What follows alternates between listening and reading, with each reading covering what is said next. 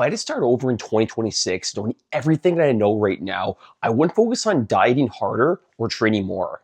I'd focus on just 7 key things, and almost no one is doing them. So if you're a guy over 30 who struggles with losing his belly fat and can't stay consistent, copy and paste these 7 things I'm going to tell you today, and it'll be a game changer for you in 2026. Okay, the very first thing I would do and that you should do as well is I would build out my 3 to 5 weekly non-negotiables. Now explain what that is in 1 second. But what do most guys do?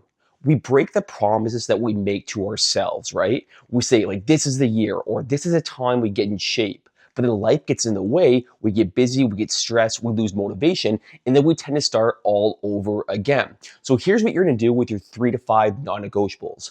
What I mean by that is you wanna pick 3 to 5 things that you have to make basically black and white during the week. And I'll give you my examples and you can kind of think of some for yourself as well. So for example, for me, it's no lower than 4 strength workouts per week. It's no lower than 150 grams per day. It's no lower than 10,000 steps per day, and it's no lower than 7 hours sleep a day. And whatever 3 to 5 you build out, you want to hit these about 90% of the time throughout the course of the year. I say 90% of the time because we're not, we're humans, not robots. We're gonna make mistakes along the way.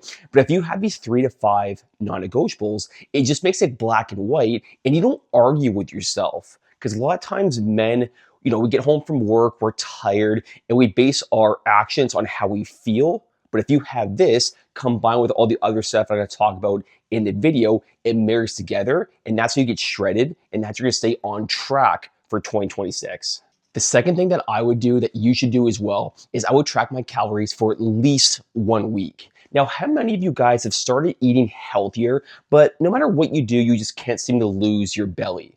If that sounds like you, it's very familiar.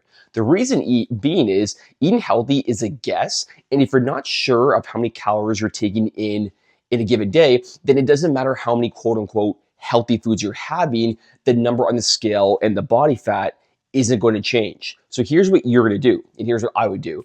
I would track calories for at least 1 week. You don't necessarily have to count forever, but it's so important to have calorie awareness because most guys that we kind of coach in our program who've never counted calories before, they're actually shocked about how many calories they were taking in before. And it's a bit of an eye opener for them. We track calories for at least 1 week and boom, the body fat starts melting down. Now, this is a fantastic start, and it's going to lead me to the next point, which kind of will help you guys make sure that you're not have to, track calories for the rest of your life because no one wants to do that, right? So point number 2, track calories for at least 1 week. The third thing I would do if I want to get shredded in 2026 is I would eat similar foods. So I just talked about tracking calories for at least a week, right? Well, this is how you get off tracking calories. Is if you eat the similar foods basically every single day. And most guys really overcomplicate things when it comes to eating. We have different breakfasts, different lunches, different dinners, different snacks every single day. And then maybe we try to calculate it and it's a pain in the ass because we're constantly putting new things into MyFitnessPal, or on the other end, we're not trying to calculate it and we're just kind of guessing the calories are in these foods and the number on the scale just won't go down. So I'll give you an example what I do for my meals. And you definitely don't have to take it this far, this extreme, because I like simple, but you'll kind of get the idea. So I basically have 3 meals or 3 breakfasts, 3 lunches, 3 dinners, 90, maybe 80% of the time throughout the week. So breakfast with oatmeal, the protein scoop for my breakfast. For lunch, I have chicken burgers with a salad and hot sauce. And the third thing I have is just chicken fajitas. So I'll rinse and repeat those 3 meals probably 5 of the 7 days per week.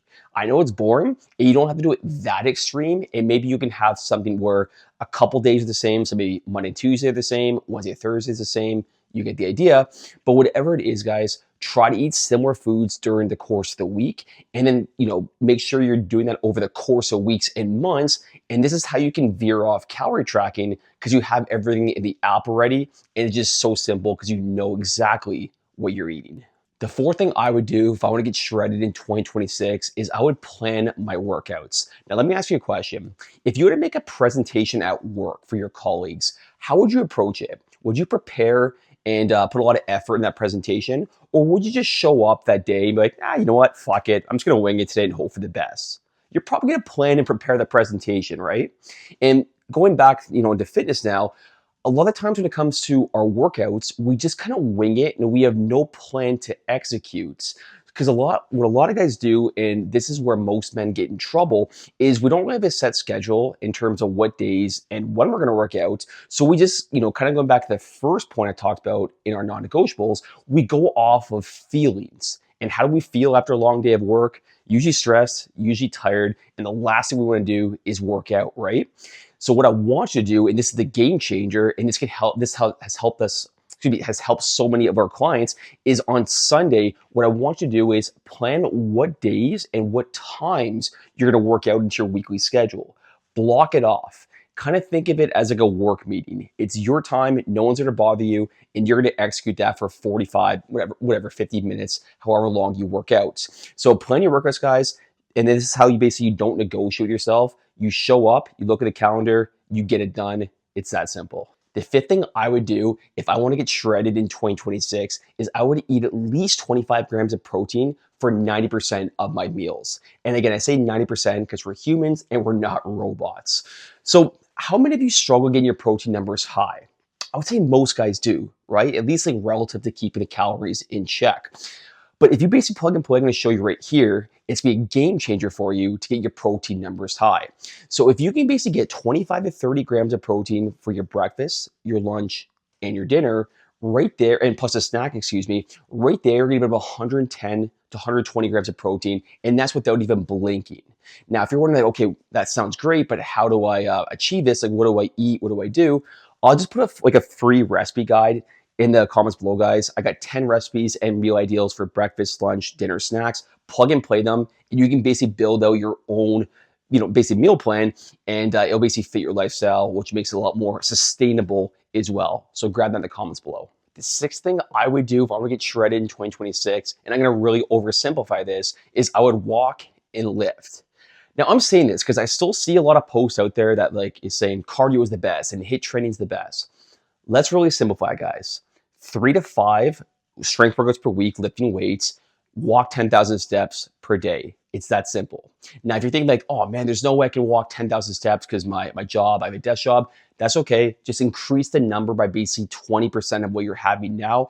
So if you're at, let's say 5,000, increase it by 20% for 2026 to try to get the step count as high as you can. Now, I'm not gonna get too much in depth in terms of what workouts and like how many reps, all that, because I made so many other videos, so feel free to check them out. But point being, lift weights, guys, 3 to 5 times per week. Focus on walking.